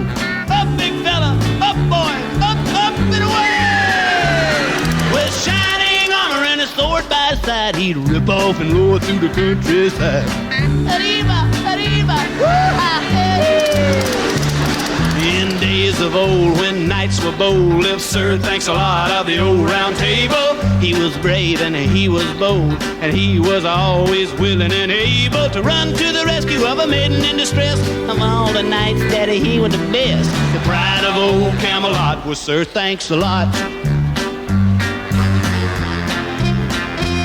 One shiny morning, our shiny knight was bopping through the castle when a page boy come running down the hall, handing him a page on which was inscribed a note, a message, if you will, saying, "Help, thanks a lot." Quick like a bunny, his mind was working, wheels were turning like a BMI machine. Clickety-clack, bip-flap, ching! And immediately he suspected what had happened. Yes, a fair damsel was being held prisoner in the tower of the haunted castle by the evil fire-breathing dragon. What else? Same old routine. So he grabbed his sword, jumped on his horse, and rode on over. Just in time to see this sweet young thing hanging out of the tower window by her toes, hollering, "Save me, save me, save me. Ow, save me, baby, save me, baby, save me, save me, save me, save me. Ow, ow, ow. Woo, save me now." "Forsooth," cried he, "forsooth, fair maiden, never fear, Thanks-a-Lot is here. I have cometh to saveth thee from the foul clutches of yonder evil dragging oak." And with that he leaped on his mighty stallion, leveled his lance and charged, crossed the moat over the drawbridge, through the castle door, killed the dragon, rescued the chicken, was smothered with kisses.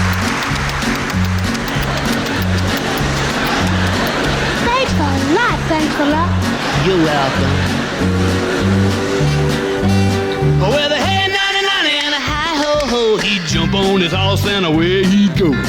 Up, boy, up, big fella, up, up and away. With shining armor and a sword by his side, he'd rip off and roar through the countryside.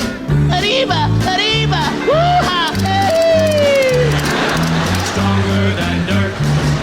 With a hey, nanny, and a hi-ho-ho, he'd jump on his horse and away he'd go. Up, boy, up, big fella, up, up and away. With shining armor and That there be requested on the mail of he. Ray Stevens, Sir Thanks-a-Lot. Oh, and before that, we had Marty Feldman Eyes by Bruce Babyman Barn. Bomb. Now, we gotten cut to commercial. Remember, we have the vintagers, and then we go to the regular commercial. And after that, we'll be right back for the final 40, final segment of the show. Then straight into the witching hour. Make sure you're touched in the head, or you're not going to make it, for there is a Thanksgiving feast involving reconstituted something or another. Oh dear, oh my. I may not be back for another slice of pie. Hey, I did a rhymey. There's no other box of facial tissues like this. Scotty's new Magic Oval box. Only Scotty's give you tissues that float up gently, one at a time, and come out in neat handfuls, too, because there's a Magic Oval inside every new Scotty's box. Only Scotty's Magic Oval can give you tissues that float up, smooth and easy. No tugging, no tearing, no extra tissues tagging along. And Scotty's Magic Oval does even more. It lets you reach in for tissues by the handful, all neatly folded, just right for pocket or purse.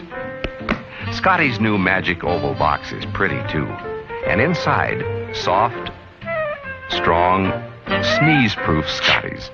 Remember, for tissues that float up smoothly and come out in neatly folded handfuls, look for Scotty's pretty new Magic Oval box, the only one of its kind. Let's be a stopping into BC's restaurant and see what Mike be a cooking up. But I brought us some raw squid and salami sandwiches so we could his picnic. Oh, that's nice. But I wanted to treat you to a nice meal. I'll save these for later. Aye, let's be fetching in. Oh, this is nice. Aye, that'd be. And it looks like an old-fashioned diner at that. And looks at this menu. It looks so good. They got the wings, the subs and salads. I think I get a BC big plate. Let's see. It comes with the cheeseburger, the hot dog, the fries, the cheese sauce, the meat sauce, and the coleslaw. Better mix that too. What are you having, my little pumpernickel? I think I'll be having a double dog special. Oh, goody. It'd be a-coming with chips and a drink, too. Ha ha ha. BC's Restaurant, 238 Oakwood Avenue, Elmira Heights. They have indoor, outdoor, and takeout available. 607-735-2166. And they're open from 11 a.m. to 7 p.m., Monday through Friday. Let's get right to it. Remember, 323-HEAVE-HO, 323-HEAVE-HO. That's 323-432-8346. Now, that's if you'll be wanting to have your request on the air. If not, stay quiet and stand in the back where no one can hear ye, and we can just play the music we want to be playing. Right to the request from the Mail of E. Someone was requesting Bill Balls, deer hunting with me wife. And just when I thought I'd done the stupidest thing a man could do, I surpassed it. I took my wife deer hunting. Big mistake. I should have known there was going to be trouble. We're driving out to where we're going to go hunting, and we're passing these deer crossing signs. And my wife, who's the smartest person I've ever met in my life, literally said, "Why do they put those out there? Deer can't read."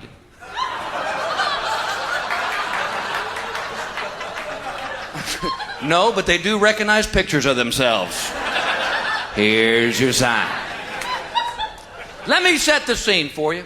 I got on camouflage pants, I got on a camouflage jacket, I got camouflage paint on my face. I have got a 1997 30-06 with a laser scope. She is in a yellow jogging suit, white tennis shoes, and she brought her purse. I'm here to kill a deer. She's going to take it shopping. Now, let me clarify something here. I'm not just a weekend bush hunter. I study deer. I know for a fact that there are over 60 different types of deer on this great earth of ours. One of them's called the muntjac. It's in Southeast Asia. It stands 20 inches high at the shoulders. It has no antlers, and when it gets scared, it gets real skittish. Where I'm from, that's a poodle. I know that there are basically 3 ways to hunt a deer. You can do the stalk. That's where you get on your feet and you walk and you try to sneak up on that buck of your choice. There is the stand hunt. That's where you sit in a tree and you wait for that buck to walk underneath you. There's the drive hunt. That's where you hit a deer with your truck. For those of you taking notes, the third one's the easiest. So my wife and I are up on the deer stand, and any of you hunters out there, you know what I'm talking about. It's the perfect time of day.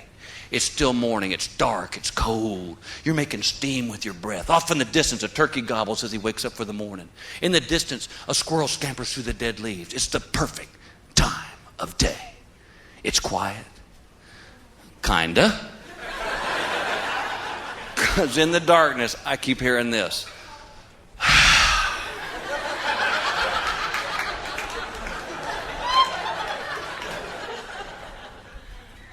What are we doing?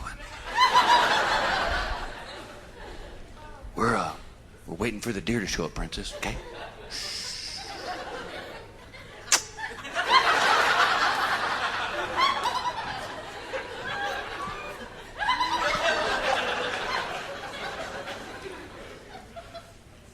What time do they show up?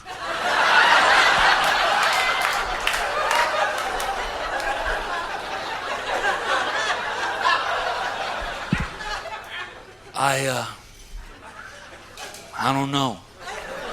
They didn't return the phone call to set up the meeting. Now please be quiet. Bill, I've got to pee. Well, there's a coffee can. Here's a wake-up call. The sun has come up, and in the clearing stands a buck. If he's 10 points, he's 15, and I'm just... Thank you, God. You are on the wall. And this is what I hear. Oh, isn't he cute? He looks like Bambi's dad. Remember we saw the movie with the kids? Yes, I remember the movie was a cartoon. Now shut up. Well, you're not going to shoot him, are you? What do you think I brought this gun for? Protection? You think that deer might run up this tree and rob us?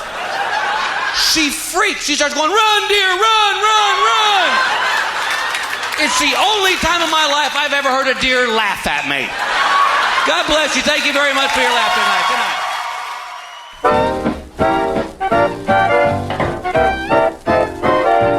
I never knew what love could do until I saw you smile. And when I did, I flipped my lid and nearly went plumb wild. But now I know to never show my love to anyone. 'Cause wham, bam, you broke my heart and I hope that you had fun. Wham, bam, thank you, ma'am, I hope you're satisfied. You took my heart and you tore it apart. You hurt me deep inside. I'll never be a fool again. You really crushed my pride. Wham, bam, thank you, ma'am, I hope you're satisfied.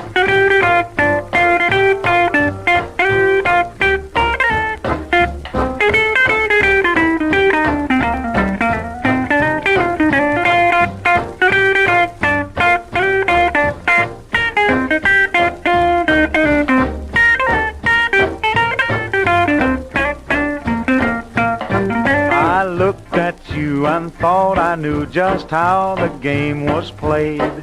My shirt tail run right up my back just like a window shade. I cross my heart, I'll never start to fall for anyone. 'Cause wham, bam, you broke my heart and I hope that you had fun. Wham, bam, thank you, ma'am, I hope you're satisfied. You took my heart and tore it apart. You hurt me deep inside.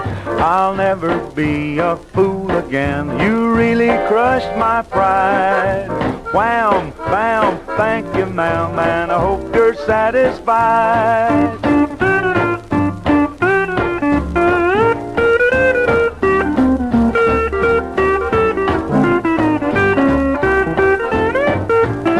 I made a mess of things, I guess, but now I'll recognize the next young thing that tries to say it's love light in her eyes. The love light that you spoke about was only just a flame. 'Cause every time you meet a man, it lights right up again. Wham, bam, thank you, ma'am, I hope you're satisfied. You took my heart and you tore it apart. You hurt me deep inside. I'll never be a fool again. You really crushed my pride. Wham, bam, thank you, ma'am, and I hope you're satisfied. There be by Hank Penny. Wham bam, thank you, ma'am. I know another way of saying wham bam, thank you, ma'am, but it ain't quite his way. Remember, this is a family Thanksgiving special, so we're saying thank ye in many different ways. Oh, we going right back to the requests from the mail of he. We had someone asking about some Robin Williams and a little political. Something about Arnold, the economy, and alternative fuels. And it's so weird, too. If you elect celebrities, it's always not a great idea. Because in California, we are a 60% Hispanic state. We elected an Austrian governor. Even old Nazis are going, that's weird. He has a hard time even saying the name of the state. Arnold, where are you governor? What? And he's married to a Kennedy, Maria Shriver, who has been getting thinner and thinner and smaller. I believe he is sucking the Kennedy out of her. Slowly but surely becoming a Kennedy by assimilation, which is kind of cool. That's how you get a liberal Republican, which is neat. It's like a Volvo with a gun rack. You don't see a lot of them. And in terms of energy policies, 21st century. Stem cell research, 21st century. Immigration, Arnold's a little old school. Arnold, how will you handle immigration? I will build a wall. And even the Chinese go, that will not work. They will go around your wall. And who will build the wall? The people you are trying to keep out. So maybe you want to invent some self-picking fruit real quickly. Come with me right now. In California, We barely balanced the budget. They were coming up with weird alternatives to balance the budget, like selling San Quentin as real estate. Are you going to open some sort of severe spa? These are the lovely sodomy suites. Come with me over here. Oh, don't sit in that chair. Too late. Thank you.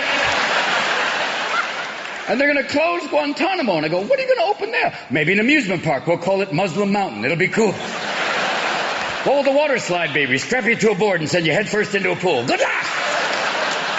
And where are they going to send all those guys from Guantanamo? And people in Texas are going, we'll take them. No, you can't. No! And the whole budget crisis, the whole manic recession. We just come through this whole manic recession. Remember the bank saying, we're too big to fail. It's like saying, too fat to diet. What are you doing? Remember they came to us going, we need $500 billion. We went, okay, here you go. A week later, we need some more. Here's our economic freebasing. What are you doing? They're like a group of junkies who've relapsed and are going, oh, my man, listen. I just need some liquidity. You know what I'm saying? I just ran into some bad subprime, you know? We had some complex formulas. We just didn't factor in greed and panic. Yeah.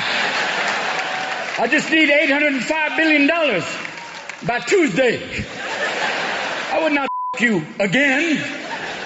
And my God, it was insane. And in the midst of all this, there was Bernie Madoff, an embezzler named Madoff. Yes. Was the name not a clue? Did he have to be with the accounting firm of Dewey, you and Howe? And now Bernie's in prison where insider trading's a whole other game. The bull market's what you bear, motherfucker. Let's do this. Payback's a bitch. Yeah. And then the automobile companies needed help. And I thought, wait a minute. Wouldn't it be cool if the oil companies gave a little money to the automobile companies? I know it's like your dealer paying for rehab, but why not? Give us a shot. And now we're trying to get off the petroleum titty. It's like we're trying to kick it. And how are we doing this? Well, we're looking for alternative fuels. Some of the alternative fuels are a hydrogen-powered car. Cool idea. If you're thinking of a hydrogen-powered car, I have one word for you. Hindenburg, good luck. A more interesting gas and a lot more fun is helium. Number one, with helium, you could float over the potholes. And if you get into an accident, you get out of the car with road rage going, I'm going to kick your ass. What? Oh, my God. I've got a fuel leak. How weird is that? I can't kick your ass. I sound like a chipmunk. This is nuts. Look at all the clowns getting out of the trunk of my car. No.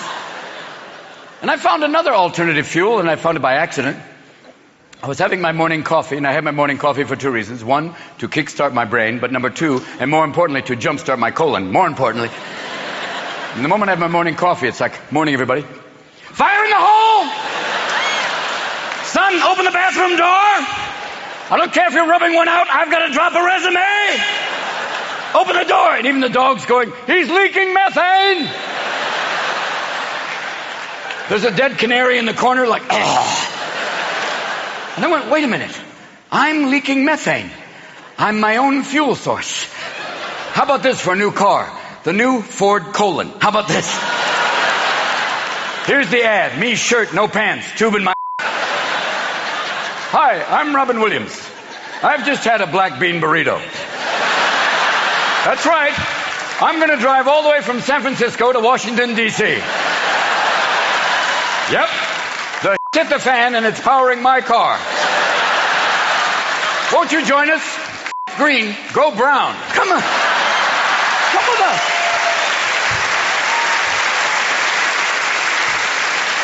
Another alternative fuel is ethanol, and people in the South are going, that's moonshine, mother. Damn right.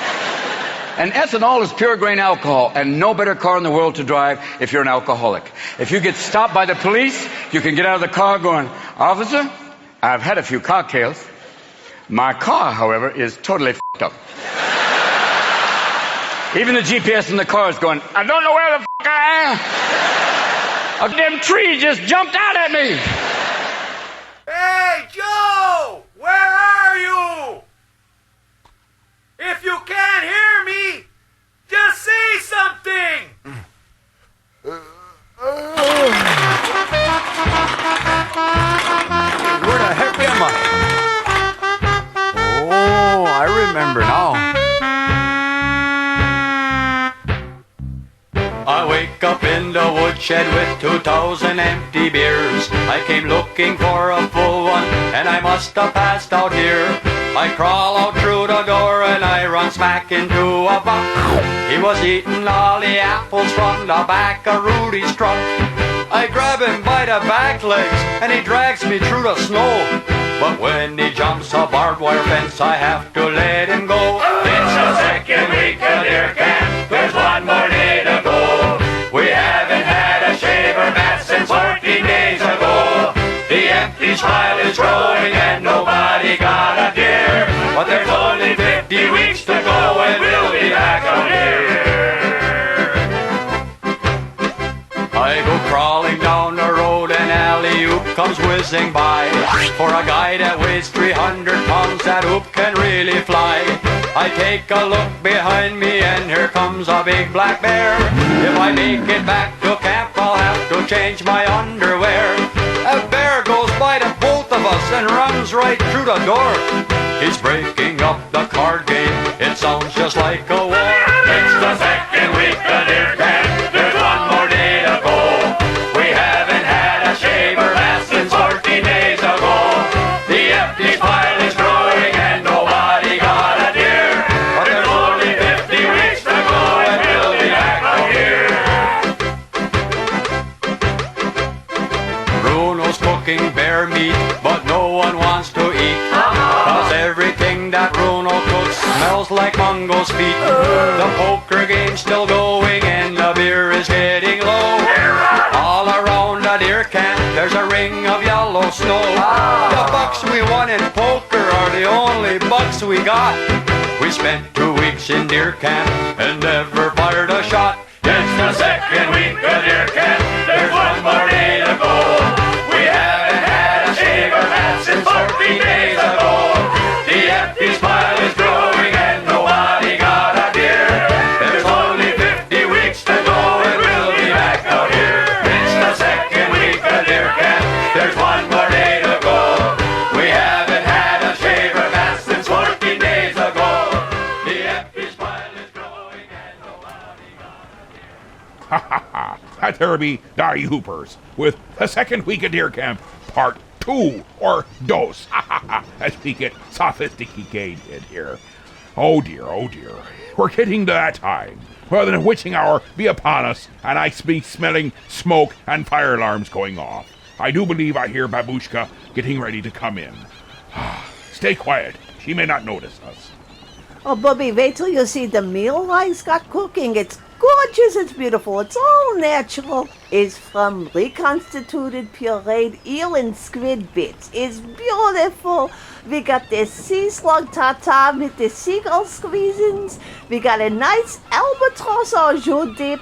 We got octopi cream pie for dessert and a special surprise just for you. Oh, you're gonna love this meal, Bubby. I use my grandmother's recipes. It's all natural, it's gorgeous. Oh, don't that smell just fantastic? It's not often that a meal makes me want to hear your singing more than thinking of the feast itself. Okay, Bub, I sing for yous now. Oh, joy. Oh, we's not gonna take it. No, we ain't gonna take it. We's not gonna take it anymore. Nah. We got the rights to choose it. There ain't no way we lose it.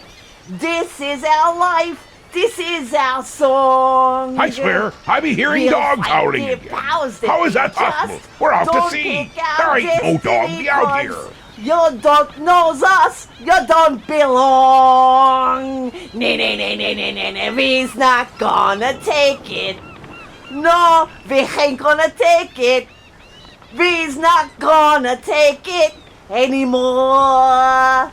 Oh, you're so condescending.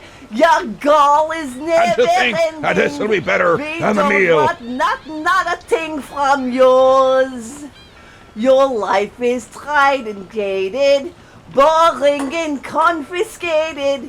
If that's your best won't do. Well, we've all been tortured well enough. Right. Happy Thanksgiving. Free. And good night. So just chill till the next episode.